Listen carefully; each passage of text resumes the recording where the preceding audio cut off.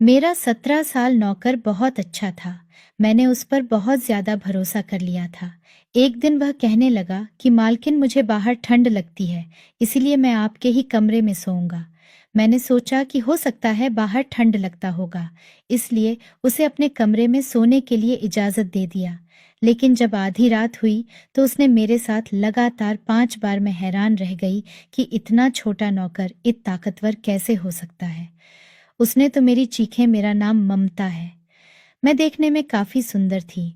मेरी शादी अनिल से 8 साल पहले हुई थी। मेरा पति बहुत अच्छा था, मेरा हर बात मान लेता था। एक बार मेरा पति एक 17 साल के लड़के को घर ले आया। वह कहने लगा, यह लड़का बेसहारा है और इसके आगे पीछे कोई नहीं है। यह हमारे घर में बहुत कम पैसे में नौकरी करने के लिए तैयार है, बस इसे खाने और रहने के लिए दे देना। मेरा पति पैसे के मामले में बहुत ज्यादा कंजूस था, हर वक्त मुफ्त के चक्कर में रहता था। वह लड़का देखने में बहुत ही अच्छा और मासूम था। मैंने अपने पति से पूछ लिया कि यह लड़का आपको कहाँ से मिल गया। वह कहने लगा कि मेरे दोस्त के घर में उसने कुछ महीने काम किया है, लेकिन अब तो वह विदेश जा रहा है, इसलिए इस नौकर को मुझे दे दिया। वह कहा कि तुम उसे कुछ पैसे और 2 वक्त की रोटी दे देना, और उसके बदले में तुम जो काम कहोगे वह कर देगा। यह सुनकर मैंने कहा, अनिल, हमारे घर में पहले से ही बस 2 कमरे हैं, जिसमें से एक को मैंने अपने कपड़े सिलाई और बाकी के कामों के लिए बना रखा है, और बाकी का एक हमारा सोने का कमरा है। तो फिर यह लड़का रहेगा कहाँ? डॉट मेरे इस सवाल पर वह कहने लगा कि तुम्हें फिक्र करने की जरूरत नहीं है, बस आंगन में एक चारपाई इसे दे देना, यह वहीं बिछाकर चुपचाप सो जाएगा। मैंने कहा, चलो ठीक है। वह लड़का बड़ा ही चुपचाप सा था। आखिर रोज सुबह सवेरे ही मैंने उसे किचन के काम में लगा दिया। वह चुपचाप मेरे बताए गए सारे काम कर देता था, और मैं खुद ही पूरे घर की सफाई भी करती। मैंने उसे नाश्ता बनाकर दिया तो वह भी चुपचाप खामोशी से खा लिया। मैंने कहा, क्या तुम बोलते नहीं हो? तो कहने लगा, मैं आपसे क्या बात कर सकता हूँ मालकिन। मैंने कहा कि तुम्हारे घर वाले में से कोई भी नहीं है। वह कहने लगा कि पता नहीं, मैंने जब आंख खोली तो अपने आप को यतीम खाने में पाया।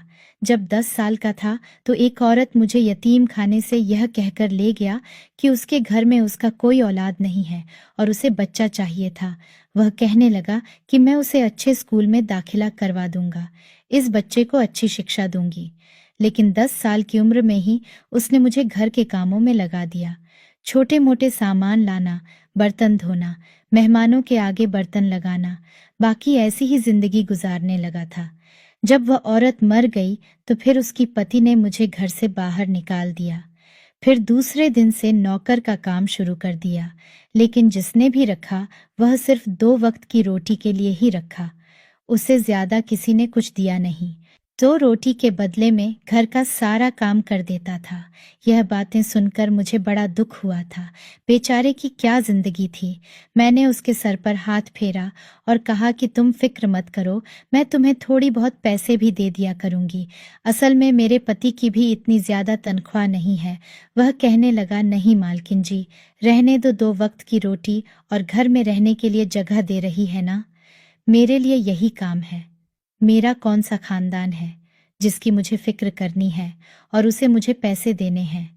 मेरे दिल में उस लड़का के लिए हमदर्द पैदा होने लगी थी, लेकिन मैं नहीं जानती थी कि यह हमदर्दी मुझे बहुत महंगी पड़ने वाली थी। मेरे पति दूसरे शहर में रहकर किसी कंपनी में काम करते थे। जिस कंपनी में वह काम करता था, उस कंपनी का मालिक मेरे पति को महीने में 1-2 बार दूसरे शहर में भी ऑर्डर देने के लिए भेज देता था। मेरा पति दूसरे शहर जाता तो 3-4 दिन बाद ही वापस आता था। उन दिनों घर पर मैं अकेली ही होती थी। मेरी शादी को 6 साल गुजर गया था, लेकिन मुझे अभी तक कोई औलाद नहीं हुआ था। मैंने सोचा कि अगर मैं किसी यतीम बच्चों के साथ अच्छा बर्ताव रखूंगी तो हो सकता है कि मेरी यह बात ऊपर वाले को पसंद आ जाए और वह मुझे कोई औलाद दे दे। मैं शायद यही गलती कर बैठी थी। मेरा पति कुछ दिन के लिए अपने काम के सिलसिले में दूसरे शहर गया हुआ था। घर में केवल मैं थी और वह 17 साल नौकर था। मैंने तो पहली बार उसको इस कदर देखी थी जब मैं किचन में आटा गूंथ रही थी, तो वह उसी वक्त किचन में आ गया। मैं किचन में बिना दुपट्टे के ही काम करती थी, लेकिन मैं नहीं जानती थी कि 17 साल के लड़के की नज़रों में इस कदर कशिश भी हो सकती है। मैं बिना दुपट्टे के आटा गूंथ रही थी कि वह से में जमा बर्तन धोने के बहाने वह सिंक के पास खड़ा हो गया। मैं भी सिंक के बिल्कुल बराबर ही अपनी सोचों में गुम थी। उस वक्त अचानक मेरे वजूद पर किसी चीज को रेंगने की महसूस हुई। मुझे यह लग रहा था कि किसी की तेज नजर मेरे वजूद पर किसी आरे की तरह वार कर रहा हो। मैंने झट से पलट कर देखा तो वह 17 साल का नौकर मुझे ही देख रहा था। वह कभी मेरे चेहरे को देखता तो कभी मेरे गोरे बदन को। वह इसी कदर नजरें चुराकर बर्तन धोने लगा। यह सब देखकर पहले तो मैं घबरा गई थी, फिर फौरन से मैंने किचन के दरवाजे पर लटका हुआ अपना दुपट्टा लिया और उसे ओढ़ लिया। उस वक्त मैं आटा लगभग गूंथ चुकी थी, इसीलिए मैंने उसे एक डब्बे में डाला और फ्रिज में रख दिया और फौरन से किचन से बाहर निकलकर अपने कमरे में आ गई। मैं अपने बेड पर बैठकर यह सोचने लगी, आखिर यह 17 साल का लड़का मुझे इस कदर क्यों देख रहा था। लेकिन फिर मैंने सोचा कि शायद यह मेरा वहम होगा। वह इतना मासूम लड़का मुझे क्यों बुरी नजरों से देखेगा। ईश्वर ने औरत की फितरत में यह बात सामने रखी है कि वह अपने ऊपर उठने वाली हर गलत निगाह को महसूस कर लेती है। मैंने भी ऐसा ही महसूस किया था, लेकिन एक 17 साल का लड़का सोचकर मैंने इस बात को नजरअंदाज कर दिया। मैं नहीं समझती थी कि इस उम्र का बच्चा ऐसी गिरी हुई हरकत भी कर सकता है, जिस तरह से उसने अपने मजबूरी के किस्से सुनाया था। मैं तो उससे हमदर्दी करने लगी थी। कुछ देर बाद मैं कमरे से बाहर निकल गई। मैंने देखा तो वह घर की सफाई कर रहा था। तभी मैं सोफे पर बैठ गई और उसे देखने लगी। देखने में मुझे उसमें कोई भी बुराई नजर नहीं आ रही थी। वह अपने काम से काम रखने वाला था। मैंने सोचा शायद मैंने उसके बारे में गलत अंदाजा लगाया है। उसके बाद रात का खाना खाने के बाद वह कहने लगा, मालकिन, बाहर बहुत ठंडी हवा चल रही है। अगर आपको बुरा ना लगे तो मैं कमरे में सो जाता हूँ। उसकी बात तो ठीक ही थी। शरद मौसम शुरू हो चुका था और हवा में बहुत ठंड थी। रात को आंगन में बहुत ठंड महसूस होती थी। मैंने कहा, तुम मेरे कमरे में कहाँ सोओगे? मेरा कमरा कोई फालतू का कमरा थोड़ी है। एक कमरा जिसे मैंने अपनी सिलाई के लिए महफूज रखा है। उसमें बहुत सामान बिखरा पड़ा हुआ है। कहीं सिलने वाले कपड़े हैं तो कहीं मशीन है, और वह कमरा भी बहुत छोटा है। मेरी चीज को तुम इधर उधर करके लेट जाओगे और मैं फिर ढूंढते रहूंगी। वह कहने लगा कि आप बुरा ना माने तो मैं आपके कमरे में सो जाता हूँ। यह सुनकर मैं एकदम से चौंक गई। फिर वह कहने लगा, मालकिन, मैं जमीन पर बिस्तर बिछाकर सो जाऊंगा, लेकिन बाहर मुझे बहुत ज्यादा ठंड लग रही है। मेरे पास सर्दियों के कपड़े भी नहीं हैं। मुझे उसकी बातें सुनकर उस पर दया आ गई। मैंने उसे अपने कमरे में सोने की इजाजत तो दे दी, लेकिन उस वक्त में उसके चेहरे पर अजीब सी खुशी के आसार देख रही थी, जैसे वह यह सुनकर बेतहाशा खुश हो गया हो। वह तुरंत ही अपना बिस्तर उठाया और मेरे कमरे में जमीन पर बिछाकर लेट गया। मुझे अंधेरे में सोने की आदत थी, इसलिए मैं सोने से पहले कमरे का लाइट बंद कर दिया था।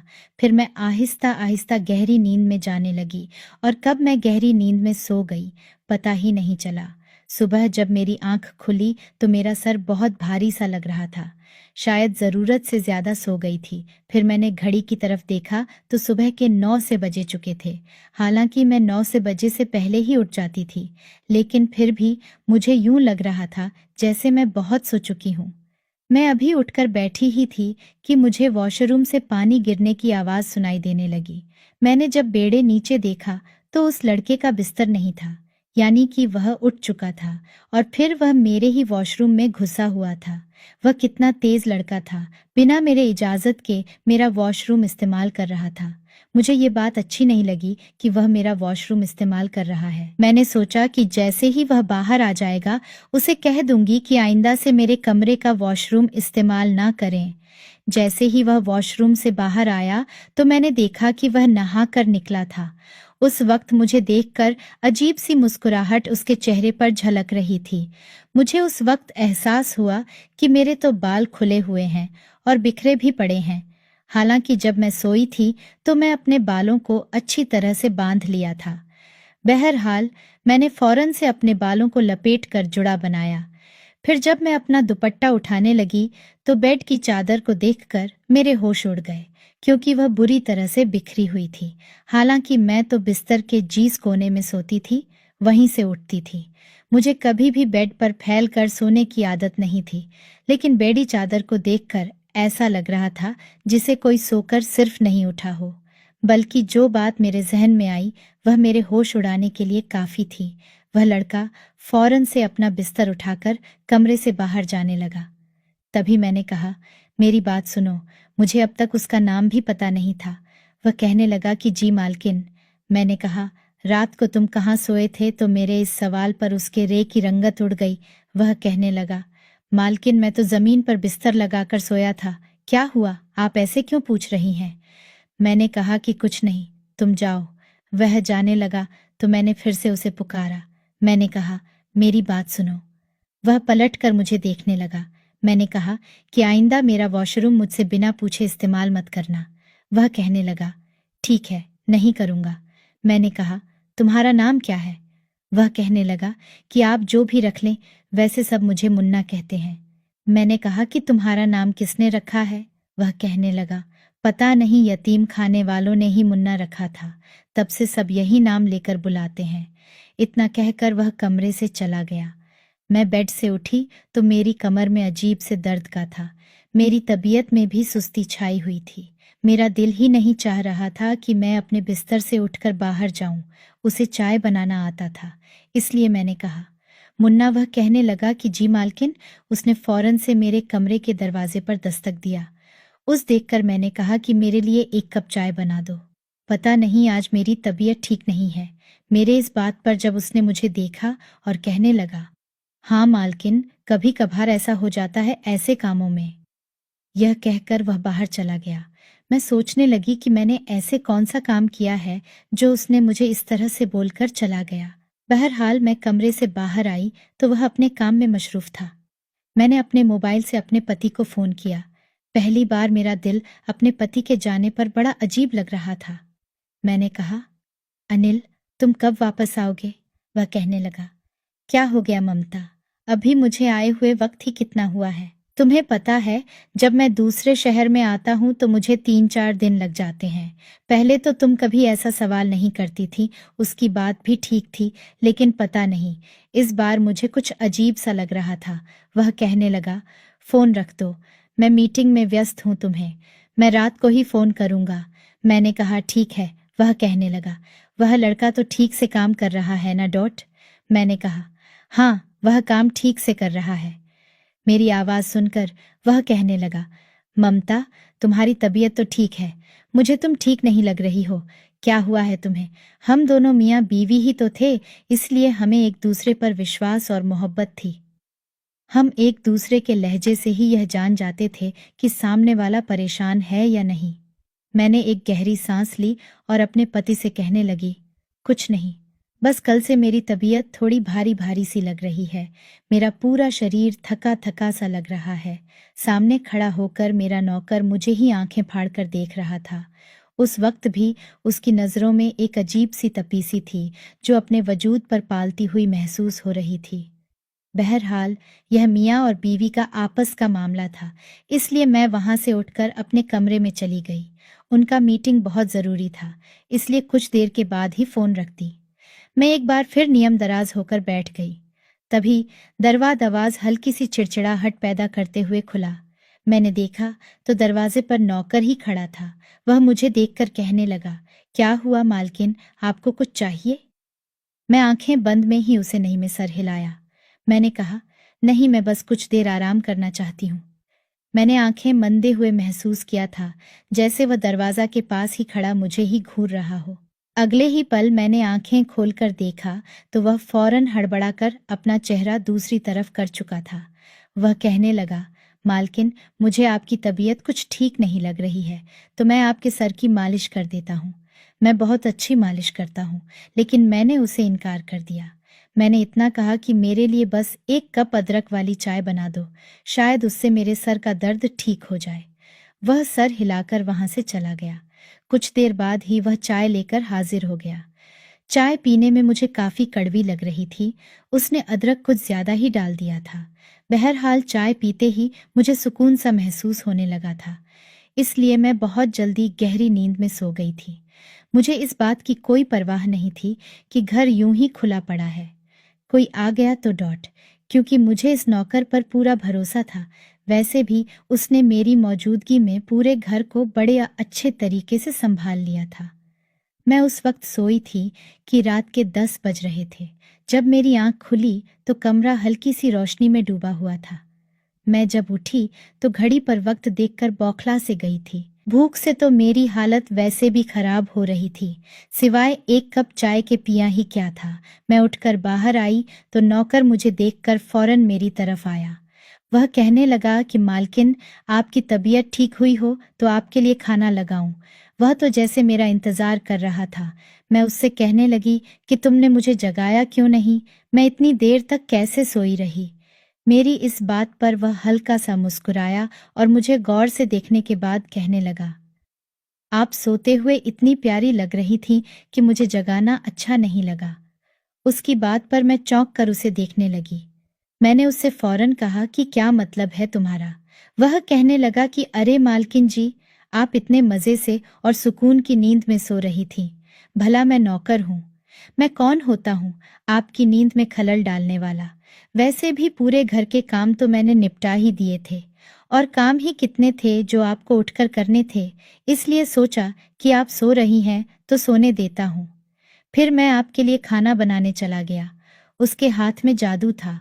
उसने जो खाना बनाया था बहुत ही स्वादिष्ट था। उस दिन मैंने पेट भर कर खाना खाया। वह भी दूर खड़ा मुझे देख रहा था, लेकिन मैंने उसे भी सामने कुर्सी पर बैठने को कहा। उसी वक्त मेरे पति का भी फोन आ गया। मैं फोन लेकर कमरे में बातें करने चली गई। 2 घंटे से लगातार मैं अपने पति से बातें कर रही थी और उस दौरान कमरा बंद था, लेकिन मेरा नौकर कमरे के बाहर ही मौजूद था। जब 2 घंटे गुजर गए तो अचानक दरवाजे पर दस्तक देने लगा। मैंने गौर से सुना तो बोल रहा था कि अब कितनी देर अपने पति से बात करेगी। मालकिन, मुझे नींद आ रही है। वह इस कदर ऊंची आवाज में बोल रहा था कि उसकी आवाज यकीनन मेरे पति ने भी सुन लिया था। एकदम से फोन की दूसरी तरफ से खामोशी छाई थी। मेरा पति हैरानी से कहने लगा, नौकर कहाँ सोने की बात कर रहा है, भला मैं क्या जवाब देती। मैं फौरन से बात को संभालते हुए कहने लगी कि कुछ नहीं, बाहर सर्दी होती है ना, 2-3 दिन से ठंडी भी काफी बढ़ चुकी है, इसलिए अब नौकर घर के अंदर ही सोता है। कल रात भी यही मेरे कमरे में ही जमीन पर बिस्तर बिछाकर सोया था। इस बात पर पति कुछ देर खामोश रहा, फिर कहने लगा, उसको ज्यादा सर पर चढ़ने की जरूरत नहीं है, उसे बाहर आंगन में ही सोने को कह दो। अभी इतनी भी कोई ठंड नहीं है, नहीं तो घर का दूसरा कमरा थोड़ा खाली कर दो, वहीं पर एक कोने में वह अपना बिस्तर बिछाकर सो जाया करेगा। पति की बात मैं बखूबी समझ चुकी थी, इसलिए पति से बात करने के बाद मैं बाहर आई और उसको साफ साफ कह दिया, तुम यहीं आंगन में ही कोने पर अपना बिस्तर बिठाकर सो जाओ। मैं तुम्हें अपने कमरे में नहीं रख सकती, मुझे परेशानी होती है। मेरी इस बात पर उसने गहरी सांस लेते हुए मुझे देखा। फिर वह कहने लगा, ठीक है, मैं तो आपको अपनी मालकिन समझता हूँ, लेकिन आपको तो मुझ पर विश्वास ही नहीं है। ऐसा कहते हुए उसकी आंखों में मोटे मोटे आंसू उभरने लगे। यह देखकर तो मैं शर्मिंदगी महसूस करने लगी थी। यह इतना मासूम सा लड़का, भला मैं इस पर शक कर भी कैसे सकती थी। फिर भी मेरे पति का हुक्म था, उसकी गैर मौजूदगी में मानना मुझ पर लाजिम था। मैंने कहा कि ऐसी कोई बात नहीं है, तुम यहीं आंगन में सो जाओ, और हाँ, सुबह उठकर नाश्ता बनाने की जरूरत नहीं है, मैं खुद बना लूंगी। इतना कहने के बाद मैं अपने कमरे में चली गई।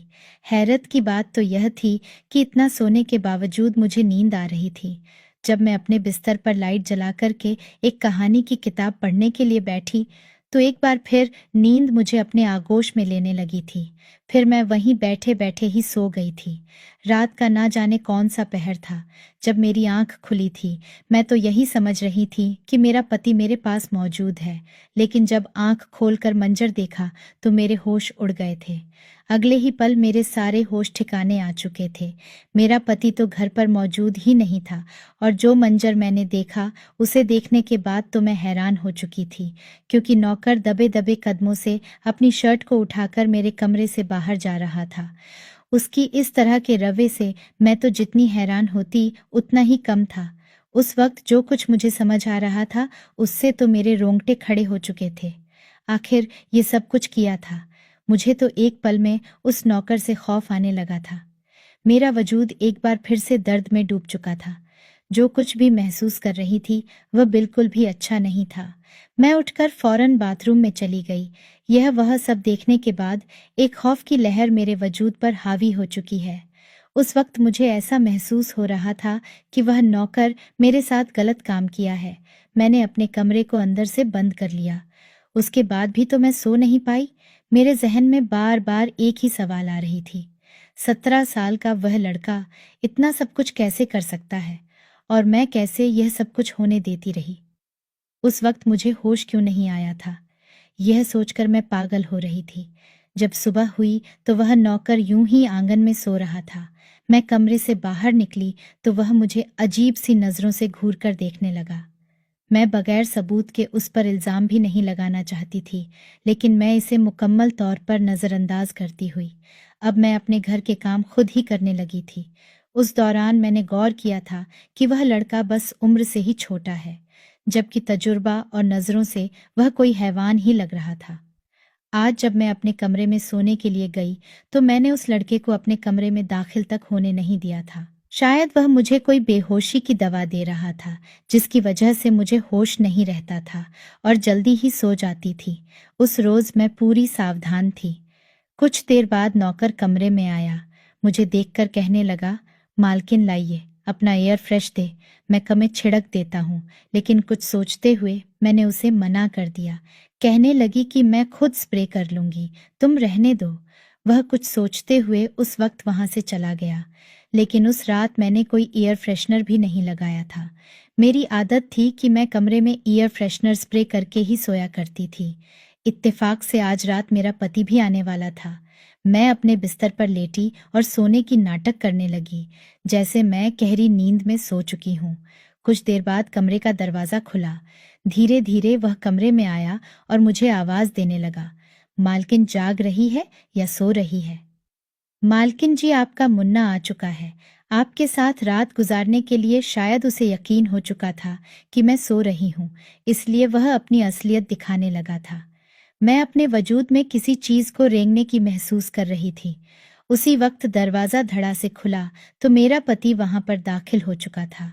नौकर ने तो अपनी शर्ट उतार रखी थी, लेकिन अचानक मालिक को सामने देखकर वह हड़बड़ा गया, जबकि मैं भी उसी वक्त उठकर बैठ गई थी। मेरे पति मुझे और नौकर को देखा तो उसके माथे से पसीने छूटने लगे थे। दरअसल जो कुछ मेरे साथ हो रहा था या मैं महसूस कर रही थी, उसके बारे में मैं अपने पति को उस वक्त बता चुकी थी। मैं उन औरतों में से नहीं थी जो सही वक्त के चक्कर में नुकसान करवा लेती थी। अगले ही पल पति कमरे में दाखिल हुआ और उस नौकर की गर्दन पकड़कर थप्पड़ मारकर उससे कहने लगा कि तू जिस थाली में खाता है उसी में छेद कर रहा है। मैं तो तुझ पर एहसान करके घर में लाया था, लेकिन यह घिनौनी हरकत तूने मेरे घर में ही शुरू कर दी। बता क्या था यह सब? पहले तो वह इस बात से इनका करता रहा, लेकिन जब मेरे पति के भारी भरकम हाथ उसके वजूद पर पड़े तो वह रोने लगा। फिर उसने जो कुछ भी बताया उसे सुनकर हम सब बिल्कुल हैरान थे। वह कहने लगा कि यतीम खाने से जो औरत मुझे अपने साथ लेकर गई थी, उसने मुझे अपने घर का नौकर तो बनाया ही था, लेकिन उसके साथ साथ वह मुझसे अपनी ख्वाहिशों को पूरा करती थी। उस वक्त मैं सिर्फ 13 साल का था जब उसने पहली बार मुझसे अपनी ख्वाहिश को पूरा किया था। वह हर दिन मुझे ताकत वाली चीजें लाकर खाने को देती और फिर मुझसे अपनी वह खुशी को पूरा करवाती जो वह चाहती थी। धीरे धीरे मैं भी इन सब में डूबता चला गया और यही वजह है कि मैं वक्त से पहले जवान हो गया।